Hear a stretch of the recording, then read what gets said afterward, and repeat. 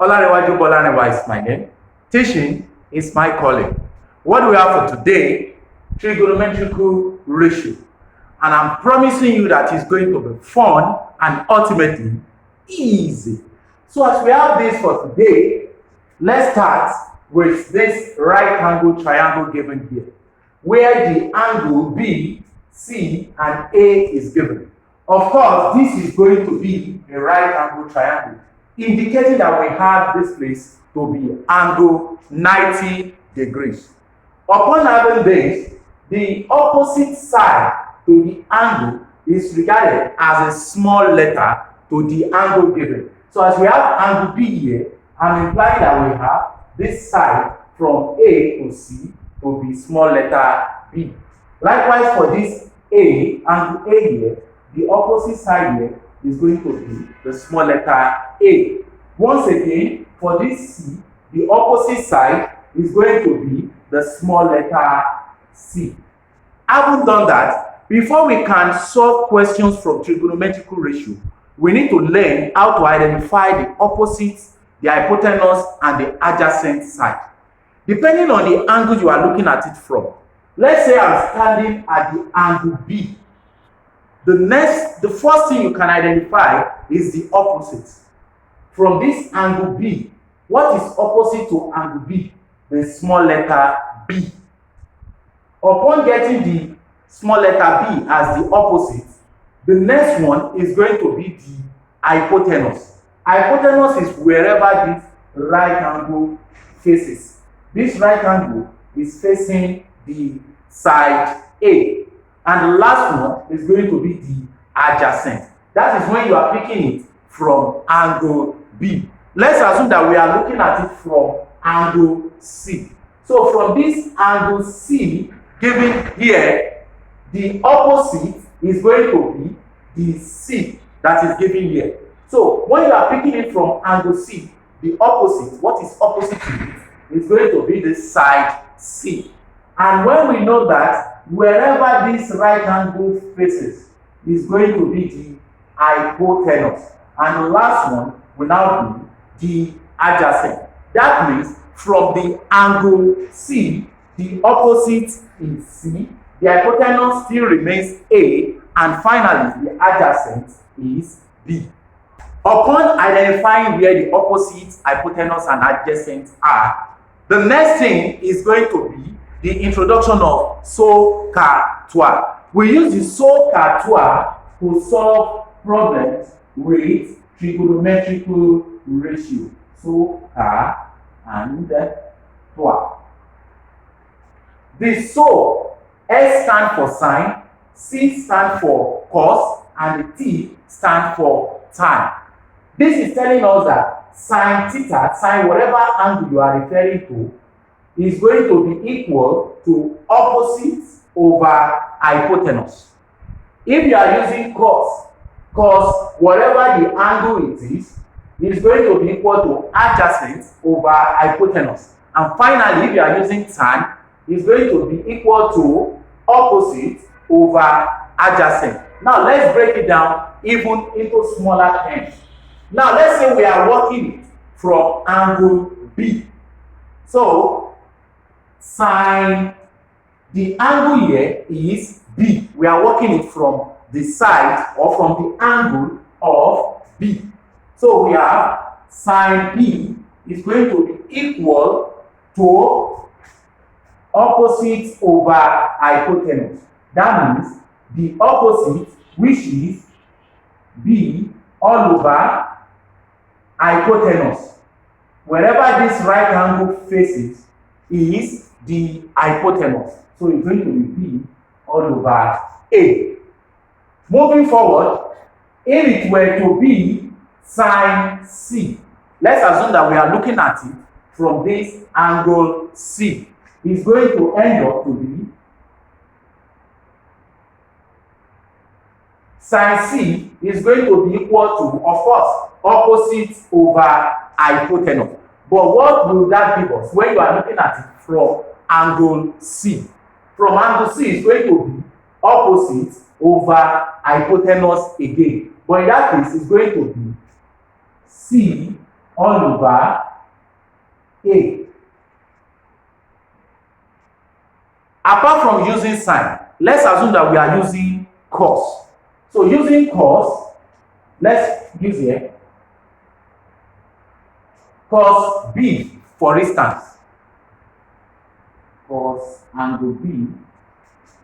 From cos indicates adjacent over hypotenuse. Now, if we are picking it from this angle, adjacent.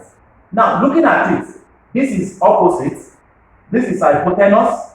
Definitely C is going to be the adjacent. So it's going to be C all over hypotenuse. The hypotenuse does not change, no matter the angle you are looking at it from. So the hypotenuse is wherever this right angle faces. So we have this to be C all over A. Once again, if we were to be from angle C and we want to use cos, it's going to be for C. Cos C is of course we are using cos. From here, the opposite is this small letter C. We have nothing to do with that. Then we think of what would this place be? This place is going to be the adjacent, because when this is hypotenuse, this is opposite, definitely B is going to be the adjacent from angle C. So we have adjacent over hypotenuse. That means we have B all over A. Now let's go for tan. If we were to be tan, and we are starting from angle B, or you are working it from angle B, so we have tan B to be equal to opposite over adjacent. Opposite over adjacent.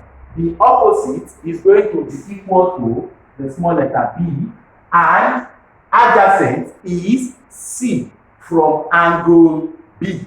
So we have B all over C. Furthermore, if you were to be from angle C, you are working it from, you are going to have tan C, which is of course opposite, the small c, over adjacent. Now, from angle C, the adjacent is not C because this is the opposite.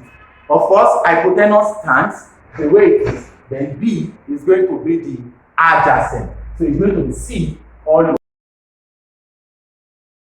So the complementary angles. When we have complementary angles is when you add the angles together to give you a right angle triangle. Of course, the sum of angles in a triangle is 180 degrees. We have a right angle triangle here. Definitely angle B is 90 degrees. So the opposite to this B, you can call it the small letter B. The opposite to this C, the small letter C. And the opposite to the A, we call it the small letter A. Furthermore, let's assume this angle here is theta. Let's call it theta. And like I said earlier, the addition of these two must be equal to 90 in order to have the sum of the three angles to be 180 degrees. So, because this is 90 already, definitely, for us to know what this angle C will be, is going to be 90 minus theta. Because this is theta, so this place is going to be 90 minus theta. It means whatever is left when we remove this from 90 is going to be what the angle C will be. And it happens vice versa. And if the angle C is theta, definitely angle A is going to be 90 minus theta. Now let's try to check the correlation between the sine and cosine when we are working on the angles like this. Let's start with sine A, which is now giving us theta. The angle has been given to be theta. And from what we did earlier, sine is so. So katwa. From the so, it means opposite over hypotenuse. So from here, opposite, we are working from this angle. Opposite is A and hypotenuse is B. That makes it A all over B. Likewise, if you are working from here, from angle C, which is 90 minus theta, we have sine 90 minus theta to give us opposite over hypotenuse. From this angle, the opposite is C. We have C all over B. Let's work on cos.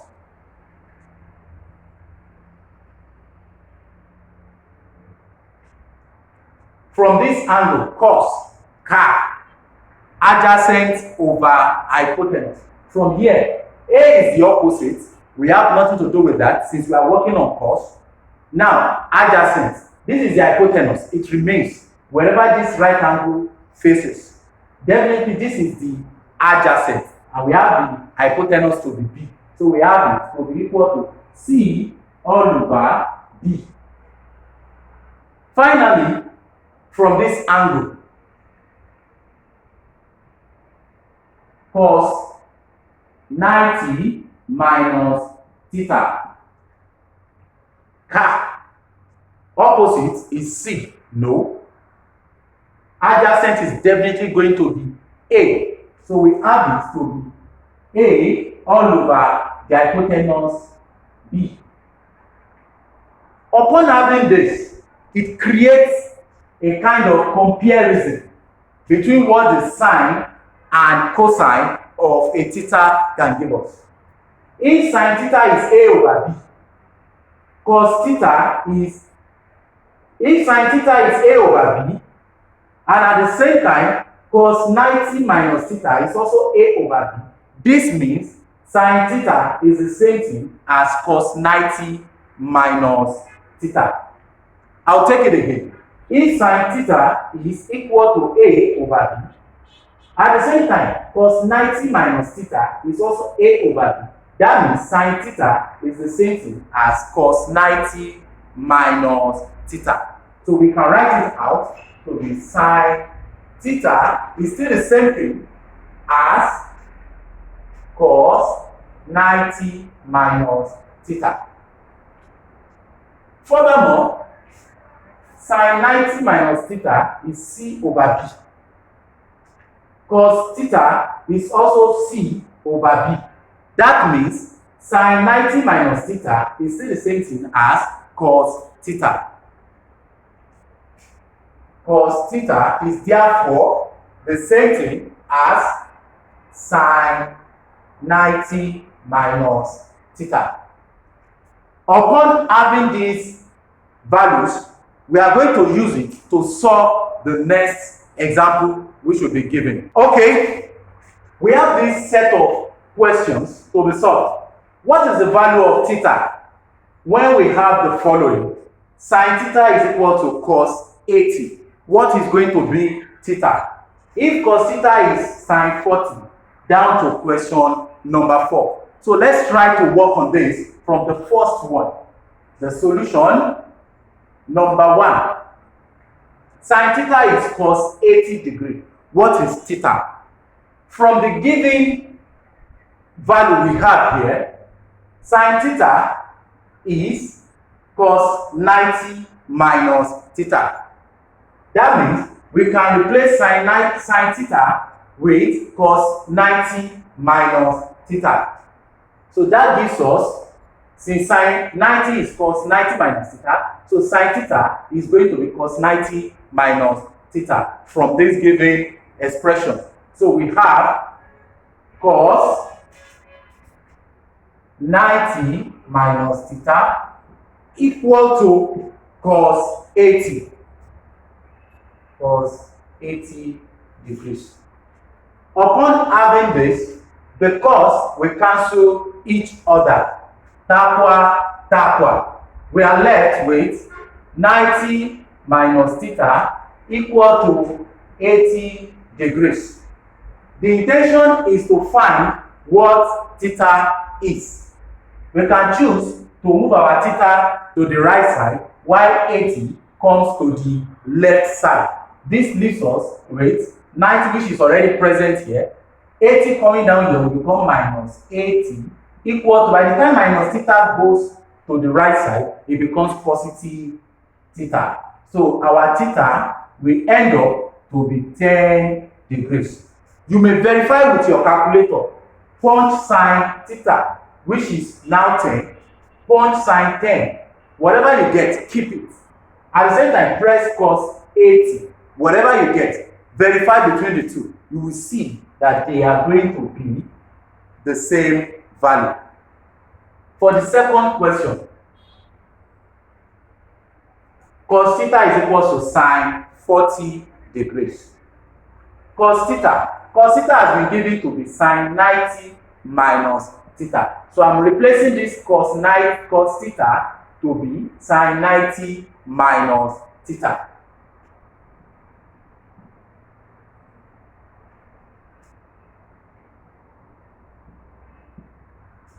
Cos theta is still the same thing as sine 90 minus theta to be equal to sine 40.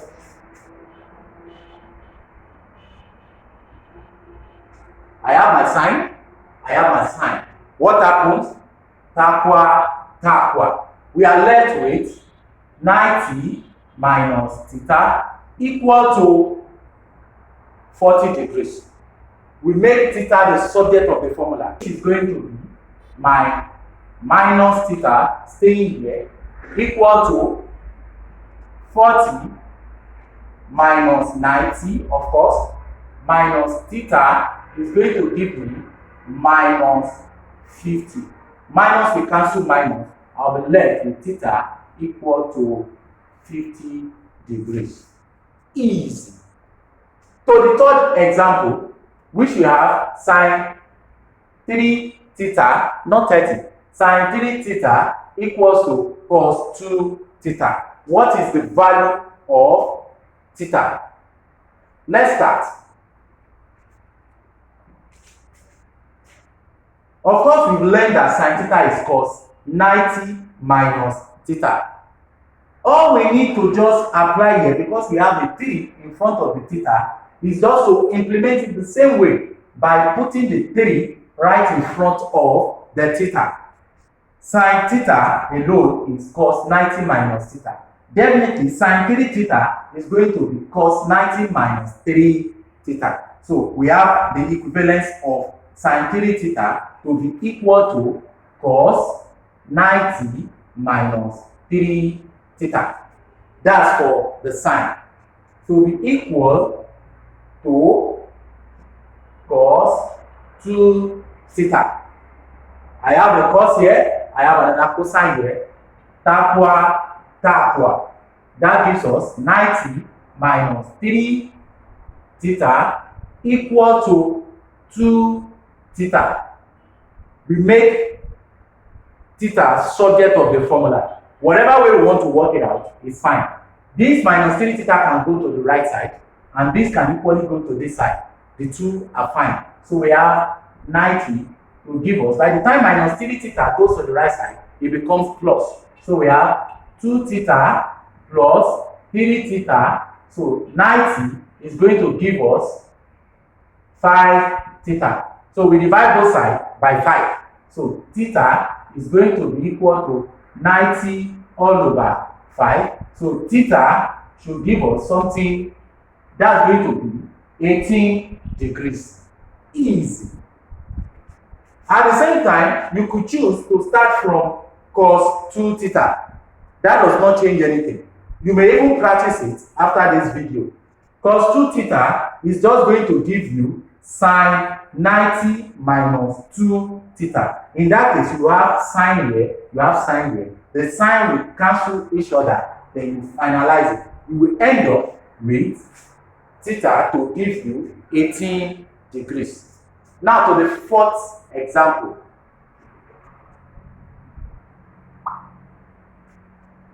Sine theta. Sine theta is 90 minus theta. I just solve it straight away. I have theta plus 10 to give me, because of this sine theta is cos 90 minus theta. So I have cos 90 minus theta. Cancel, cancel. I have theta plus 10 equal to 90 minus theta. Then what happens next? We collect the like terms. Minus theta comes here, it becomes plus theta. Theta plus theta equal to 90, which is already here. But by the time 10 goes to the right side, the sign changes. You have minus 10. Theta plus theta, you have a theta, you have another theta. That gives you 2 theta. We have 2 theta equal to 90 minus 10. That gives us 80. Our theta is going to be 80 all over 2. Theta is equal to 40 degrees. Easy. We are moving towards this angle unknown. When we are solving angles unknown, that's when we are given right angle triangle and the angle are unknown. We are going to apply the Part1 method to identify what our theta is going to be. We have this question here. Calculate to the nearest whole number the size of theta, the size of theta.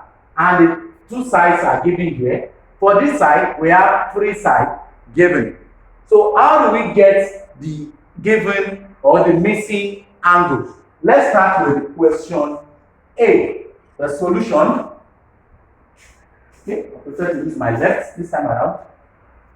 From here, if you must apply a Part1 that will make the 2 sides available. From this angle, the opposite is here and it is unknown. That means we are not going to use anything that has to do with opposites. So definitely sine cannot work in this case. I need to think of some other things. Let's try cos. Cos is car. If this is opposite, this is hypotenuse, this is adjacent. So definitely car will work. Tan will equally not work because tan is dual, opposite over adjacent. So I'm going to use cos. We have cos theta, which is car, adjacent over hypotenuse. That gives us 6 all over 15. I'm not a magician. I'll need to use calculator at this point. We have 6 divided by 15. This gives us 0.4.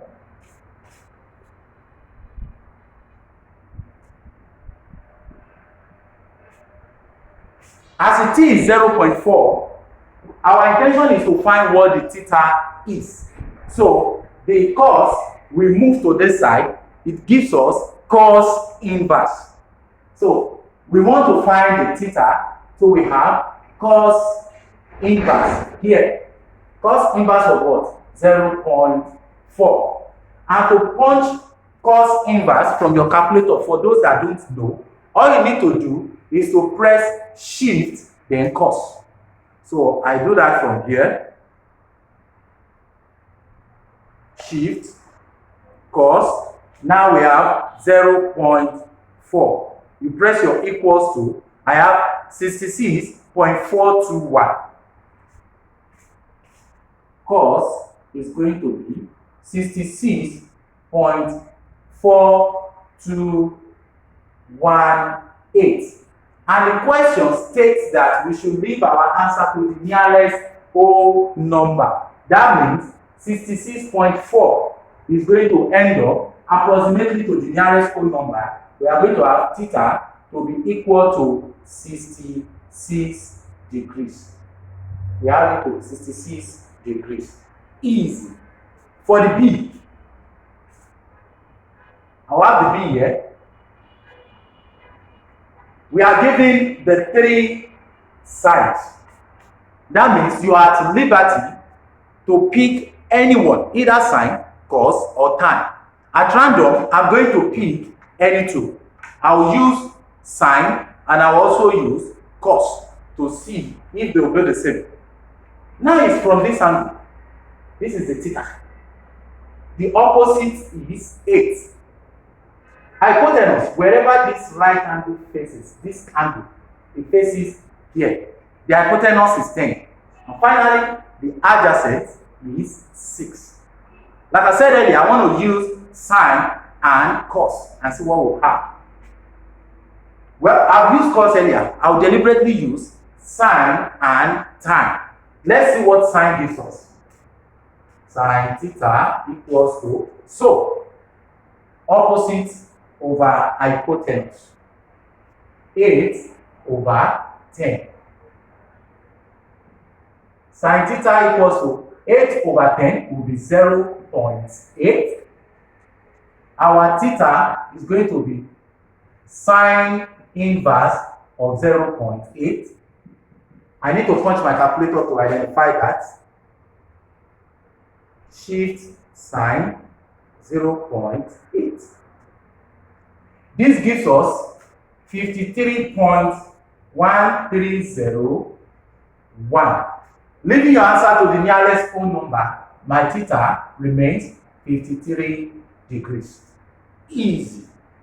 Or let's assume that I decided to use tan because the three sides are given.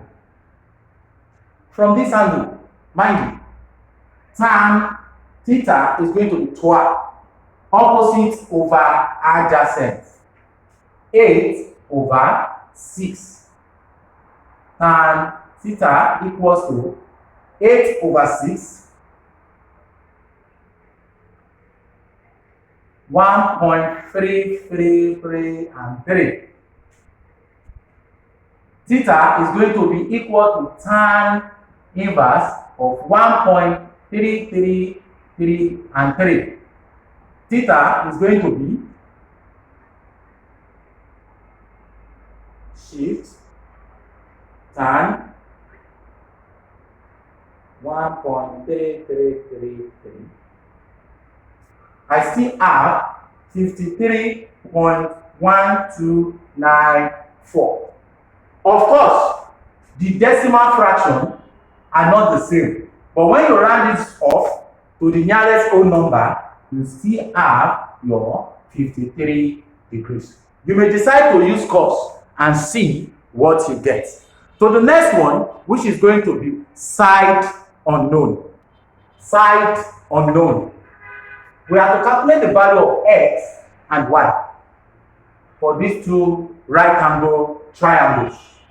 Here we are looking for x, here we are looking for the x and y.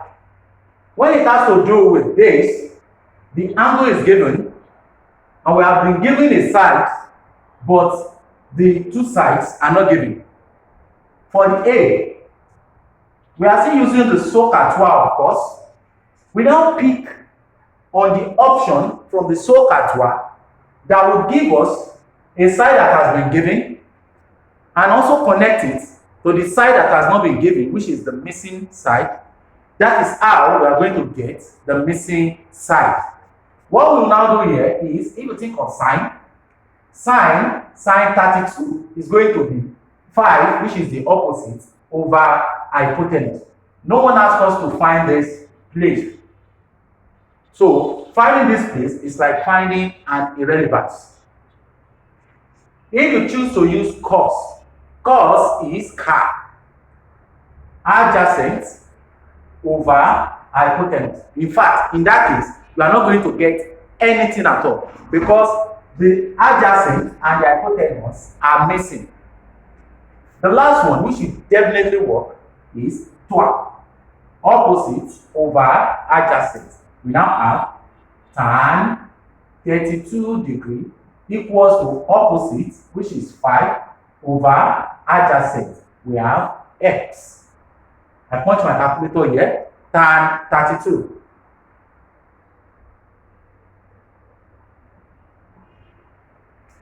I have 0.6248 equal to 5 over x.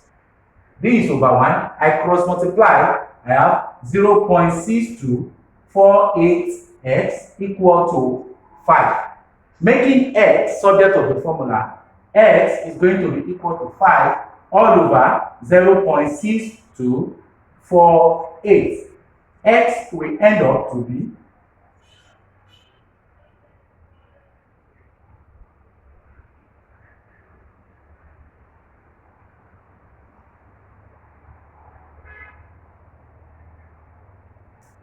we have 8.0025. So when you round this up to the nearest whole number, it gives us 8. The unit is in centimeter. We have 8 centimeter. Easy. For the B, we have to find x and y. This is our angle. From this angle 22, opposite, hypotenuse, and adjacent. If you start from sine 22 is going to be opposite over hypotenuse. You get your x. So let's start from there. Sine 22 is equal to opposite, which is x, all over hypotenuse, which is 7. I punch my calculator.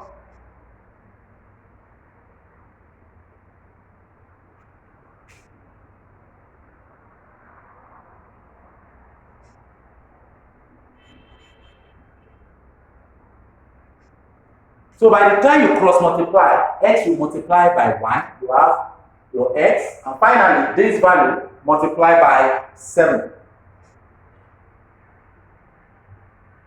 We have it to be 2.622 and finally 2 again. So by the time you round this one off to the nearest whole number, you have your x to be equal to 3. But depending on the units, they ask you to convert it or to leave it as.